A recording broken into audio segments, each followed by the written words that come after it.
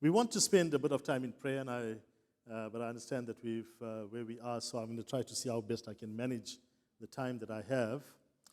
So I want us to turn in our Bibles to Daniel chapter 6. I think last month sometime I shared from Daniel chapter 3, just been reading through the book of Daniel and meditating and studying it as well. But there's something that I want to just share for our own exhortation this evening. We want to focus on prayer. There's the elections coming up. There are a number of people that are unwell. There are some still in hospital, and one or two people that are in our church family that have lost loved ones. And so we just want to be mindful of them this evening.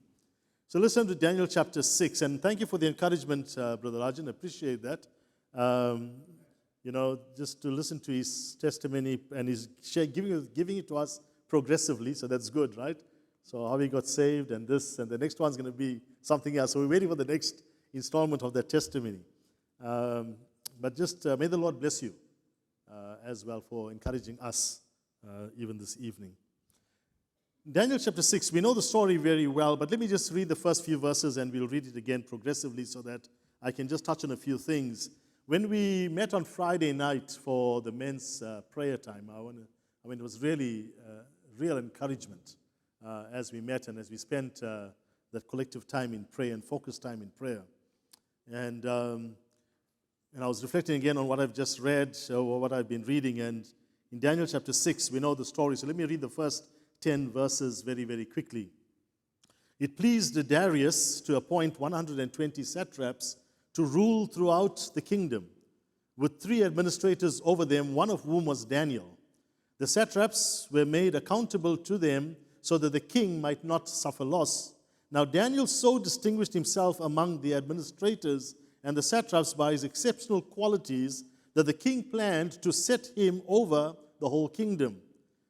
At this, the administrators and the satraps tried to find grounds for charges against Daniel in his conduct of government affairs, but they were unable to do so. They could find no corruption in him because he was trustworthy and neither corrupt nor negligent.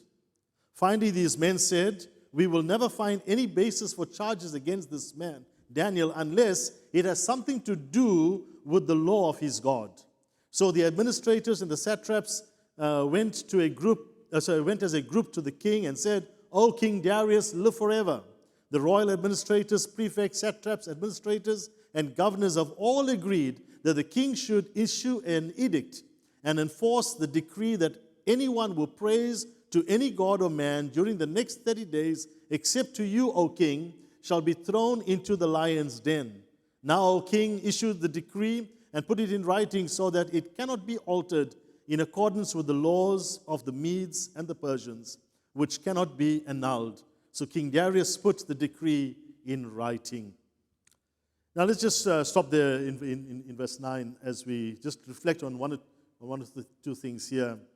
Firstly, as we address the theme of prayer, and I've entitled my sermon this evening, Steadfast Prayer. The first thing that emerges out of this passage, the portion that I've read, is we encounter Daniel's impeccable character. There were two things about him. One, he was a gifted leader, and two, he lived a godly lifestyle. He was a gifted leader because we know when they were first sent out to the first lot of exiles that were captured and sent away prior to the entire kingdom, the northern kingdom falling, the southern kingdom falling, as Daniel went away together with other young men. These were all of the elite that went ahead. They went ahead into captivity so that the king that was going to be taking over would be able to then have proper rule when the time came for him to rule this nation now that he will take over. And so you would understand the history, the geography, there'll be a lot of the religious understanding of what's happening, so that when he took over that nation completely, he would then be able to subdue them. Daniel is part of that elite group that has already gone on ahead. We met him in chapter 3 with Shadrach, Meshach, and Abednego as well. But here in chapter 6, he's much older, and there's a new king that has taken place. In fact, this is about the third king that has taken place over, or so the third time that the nation has fallen into a new rule. And at this time, there's a king by the name of Darius that is ruling, one that is a Mede or a Persian. So you have the Assyrian captivity, the Babylonian captivity, and now you've got the Medes and the Persians that have taken over. And so in this emerges Daniel as a leader, someone who is gifted, who is schooled, someone who understands not just the scriptures, the Hebrew scriptures, but he understands all of history, all of geography. He has deep understanding of many things, to the extent that he's so gifted to even interpret dreams.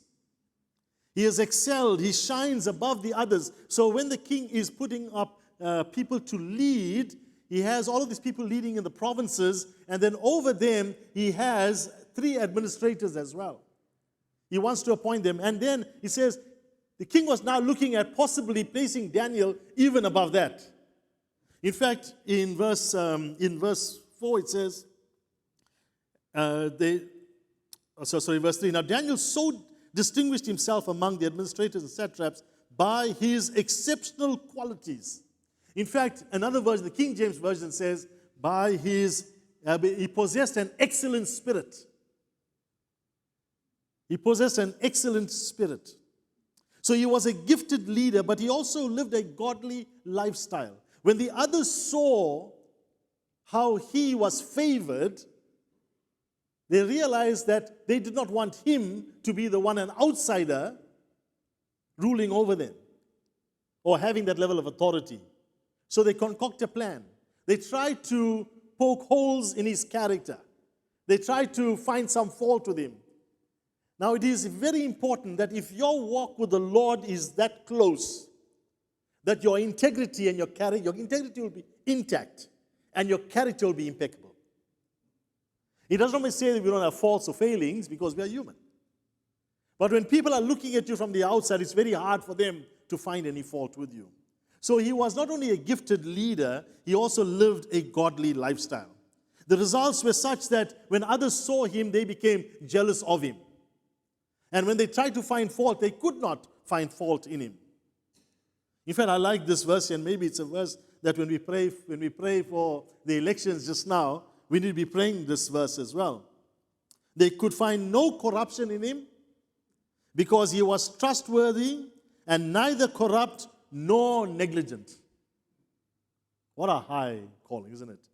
That means his relationship with Yahweh dictated the way he practiced and believed. So that when others saw him, that was what was evidenced in him. So as a result, because of that, we find that the others then concoct a plan. Coming up and saying to the king, listen, you need to pass a law that if no one bows down and worships you. Now remember in chapter 3, they created an image. You remember that? And they all had to bow down to the image. Yeah, no longer an image, but they had to bow down to the king. It seems as though the game has changed. Not really. It's still the same problem. Because it's in conflict with who Daniel is and who Daniel believes in. And so even though it may have changed the ball game a little bit, no longer to an idol, but now to a person, Daniel still understands his allegiance to God. Still understands that. And so here you have this man who, as people see him, a godly man, but behind the scenes, the ungodly people are starting to plan and to plot to bring him down. And so they go to the king, and then, of course, they ask the king, please, this is what you need to do, so that this is the only way this man will fall foul of the king. There's 1 or 2 lessons that come out from here. And number 1 is that even good, godly people will face attacks because the enemy is always out there. And sometimes the attack is by Satan himself, or sometimes the attack is from people. But either way, they are being used by the enemy sometimes. And when we think about Job, for example, in the example of Job, we think of Jesus Christ as well, who had no sin in him.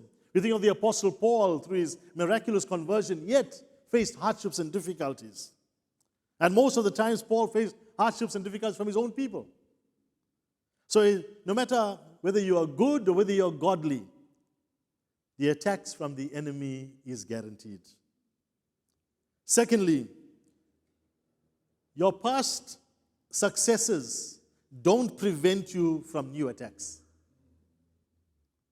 They just prepare you for present challenges or present crises. Many years ago, as a young man, he stood up to the king. First, with the eating issues. We will eat only vegetables. Secondly, we're not bowing down to the monument or the idol that they created, the statue. And now, after many years again, much older, much wiser, battles are still coming. He does not depend on that. However, those prepare us for the present battles that we're going to fight. Because many of us relax that we've already overcome this, we've already overcome that, now we can chill. No, that's merely a preparation for what is yet to come, or the crisis that you find yourself in right now. So your past successes don't prevent you from new attacks. They just prepare you for the present challenges or the crises in your life. Secondly, let's read from verse 10 onwards. Now when Daniel learned that the decree had been published, he went home to his upstairs room where the windows opened towards Jerusalem. 3 times a day he got down on his knees and he prayed, giving thanks to his God, just as he had done before. These men went as a group. They found Daniel praying and asking God for help. So they went to the king and spoke to him about his royal decree. Did you not publish a decree that during the next 30 days anyone who prays to any god or man except to you, O king, would be thrown into the lion's den? The king answered, yes, the decree stands in accordance with the laws of the Medes and the Persians, which cannot be annulled. Then they said to the king, Daniel, who is one of the exiles, notice, you see, when you want to get a man down, you go to his roots, right? You get right down, something that will cause him to be unsettled. Here's a man who's such a high-ranking official in a foreign land. But they go to the king and they remind him, this man is an exile. He's a migrant. They said to the king, Daniel, who is one of the exiles from Judah, pays no attention to you, O king, or to the decree you put in writing. He still prays 3 times a day. When the king heard this, he was greatly distressed. He was determined to rescue Daniel and made every effort until sundown to save him. Then the men went as a group to the king and said to him, remember, O king, that according to the law of the Medes and Persians, no decree or edict the king issues can be changed. Notice Daniel's response when he hears this law being passed. He doesn't get worried, anxious. The Bible tells us he adopts the same posture and the same habit that he always did. His immediate response was to adopt a posture of prayer. He goes up to his room. The windows are open towards Jerusalem. And he prays, knowing full well that a law has been passed, and if he violates that, he'll be thrown into the lion's den. He'll be killed. But yet, even though he is staring death in the face, yet he still seeks his God. In fact, this prayer habit has been so ingrained in him that his immediate response is, I need to seek the face of Yahweh. I need to seek the face of Yahweh. Notice he retreats to his room. He goes through the same routine. The windows are open facing Jerusalem as a reminder of Solomon's prayer in 1 Kings chapter 8, verse 30. As Solomon was dedicating the temple, he prays to God and he says, may you hear the supplication of your servant and of your people Israel when they pray towards this place. And even if they are taken in captivity and they pray towards this place, you must hear that. Daniel was mindful of that. So he's praying. But as his eyes are focusing towards Jerusalem, his heart is reaching towards God. There's no help in Jerusalem. Jerusalem is lying in ruins. There's no king in Jerusalem. But there's a king up there. And there's a God up there. And so this consumes him to the point they find and they go to the king, he's still praying 3 times a day. Can you understand this man, please? He didn't pray less. He didn't pray more. He didn't pray less, neither did he pray more. he kept on praying just as he was praying. For some of us, when there's a crisis, the prayer starts accelerating, isn't it? Things are going well, we unwind. But for Daniel, consistency. For us to develop that kind of an attitude in our own lives, we need to be consistent and be praying regularly. Now, we are not prescriptive, isn't it? We try and avoid being prescriptive because very often when we are prescriptive, then we tick boxes. We say you must pray 3 times a day. People will do it just because they need to do it. But if it becomes a habit, it becomes something that you know that you need to be doing. In fact, I think Daniel prayed more than 3 times a day. I think he prayed because if that's your attitude of prayer, you'll be praying as you're moving around and as you're doing things, you'll be praying. You're depending on God.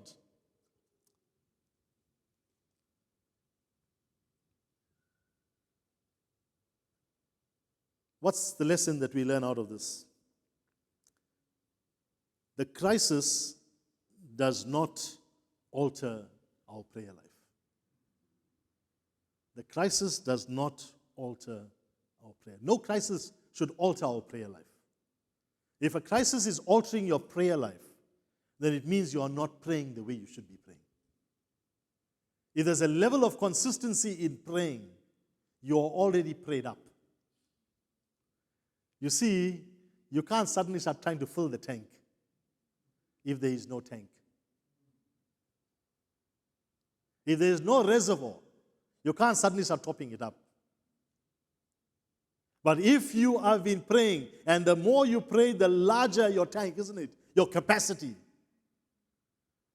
The more consistent you are in prayer, the more your capacity. So when the problem gets bigger, your capacity is big. And so I pray that for every one of us here, when the crisis hits us, it's not the time when we wanted to go buy a bigger reservoir so we can start offering more prayer. But rather we extend it and we increase it. We enlarge it as each time we pray. The second lesson is, what is your default setting to a crisis? What is your default setting to a crisis? For Daniel, it was turning to God in prayer. We are called to pray without ceasing. We are called to pray all kinds of prayer. We are called to persevere in prayer. We are called to pray earnestly and fervently. Daniel's prayer was steadfast. It was a habit that was inculcated in him. And so when the crisis was there at his doorstep, he assumed the posture and he carried on. My encouragement to you as well tonight is to be steadfast in prayer. Lastly, you know how the story ends, right? You know, that's the good thing about this, right? You already know how the story ends. So let's pick it up in verse 16 very quickly. So the king gives an order, and they brought Daniel and threw him into the lion's den. Then the king said to Daniel, notice what the king says, "May your God whom you serve continually rescue you." Because he liked Daniel. And he knew there was nothing wrong with him, except the fact that these fellows made sure that he passed a law. Of course, you must remember it appealed to him because it says, "O king, live forever. Won't you pass a law that people must bow down to you and worship you?" Hey, yeah, I'm the king, so let it happen. But when he realized the implication of that, the repercussions of that, with someone that he liked, someone that he favored, suddenly it changes him. But he couldn't back down because he's the king. A stone was brought and placed over the mouth of the den, and the king sealed it with his own signet ring and with the rings of his nobles, so that Daniel's situation may not be changed. Then the king returned to his palace and spent the night without eating and without any entertainment being brought to him, and he could not sleep. At the first light of dawn, the king got up and hurried to the lion's den. When he came near the lion's den, he called to Daniel in an anguished voice, "Daniel, son of the living God, has your God, whom you serve continually, been able to rescue you from the lions?" Yo. Daniel answered, "O king, live forever. I'm with the king of the beasts. You are the king of the land, but my king has saved me. King, you live forever. Because my king who lives forever and ever and ever, has saved me. My God sent his angel and he shut the mouths of the lions. They have not hurt me because I was found innocent in his sight. Look at that. I was found innocent in whose sight? In his sight. In your sight, you know you favored me, you like me. Those guys found me guilty. They brought me to you, you had to sentence me. But in his sight, that's what matters. In his sight, I was found innocent. They have not hurt me because I was found innocent in his sight. Nor have I ever done anything wrong before you, O king. The king was overjoyed and gave orders to lift Daniel out of the den. And when Daniel was brought from the den, no wound was found on him because he trusted in his God. At the king's command, the men who had falsely accused Daniel were brought in and thrown into the lion's den along with their wives and children. And before they reached the floor of the den, the lions overpowered them and crushed all their bones. Wouldn't have wanted to be in there, right? Outside that one. Then King Darius wrote, this is important. Then King Darius wrote to all the peoples, nations, and men of every language throughout the land. Remember, they were governing a vast territory. May you prosper greatly. I issue a decree that in every part of my kingdom, people must fear and reverence the God of Daniel. Wow. Not me, not him. Reverence the God of Daniel. For he is a living God, and he endures forever. His kingdom will not be destroyed. His dominion will never end. This is a king, talking about which king? The king eternal, immortal, invisible, the almighty king. He rescues and he saves, he performs signs and wonders in the heavens and on the earth. He has rescued Daniel from the power of the lions. So Daniel prospered during the reign of Darius and the reign of Cyrus the Persian. Yes, we've seen Daniel's impeccable character, his steadfast prayer, but we also see his miraculous deliverance. The king of the jungle couldn't harm him because the king of the heavens, who made the king of the jungle, controls him. You know, when you think about this rescue story of Daniel, this miracle that takes place, and then you see this king of the land and his response. The question is, what is your response to the miracle that God is about to perform in your life? What is your response to the miracle that he has already performed in your life? What is going to be your response to the miracle that he is going to perform in your life? Will it be the same as this king, whose eyes were opened supernaturally to the wonder, the power of this God? What this king writes is what you and I know about this God. For him, he had to have this experience to understand who this God is. What about you and me this evening? Do we really understand who this God is? Remember, there's nothing impossible with our God. He said, when you're going there, Daniel, I pray that your God, whom you serve, will save you. Then he comes and says, did your God save you? And then he hears, oh king, I'm fine, I'm well.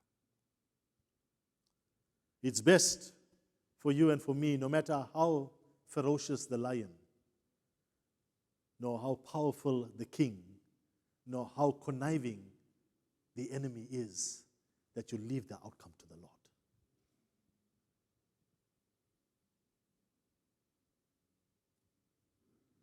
He can shut the mouth of the lions. He can confuse the minds of those that perform or that of the conspirators. He can humble a king. He's God. There's nothing impossible with our God. Leave the outcome with him. And lastly, deliverance or victory is ours. The battle is the Lord's. Daniel left it to the Lord. Tonight as we pray, can you change the government that's going to be elected? You can't. but we can alter the course of history because of our prayers.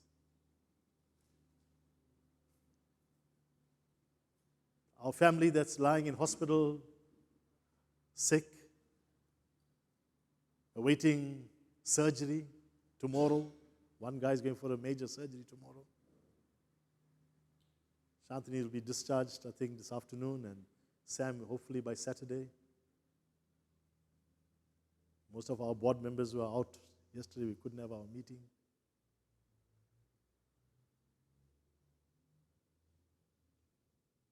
We have a young man from our church, not young man, one of the men from our church, just lost his sister to cancer in Cape Town.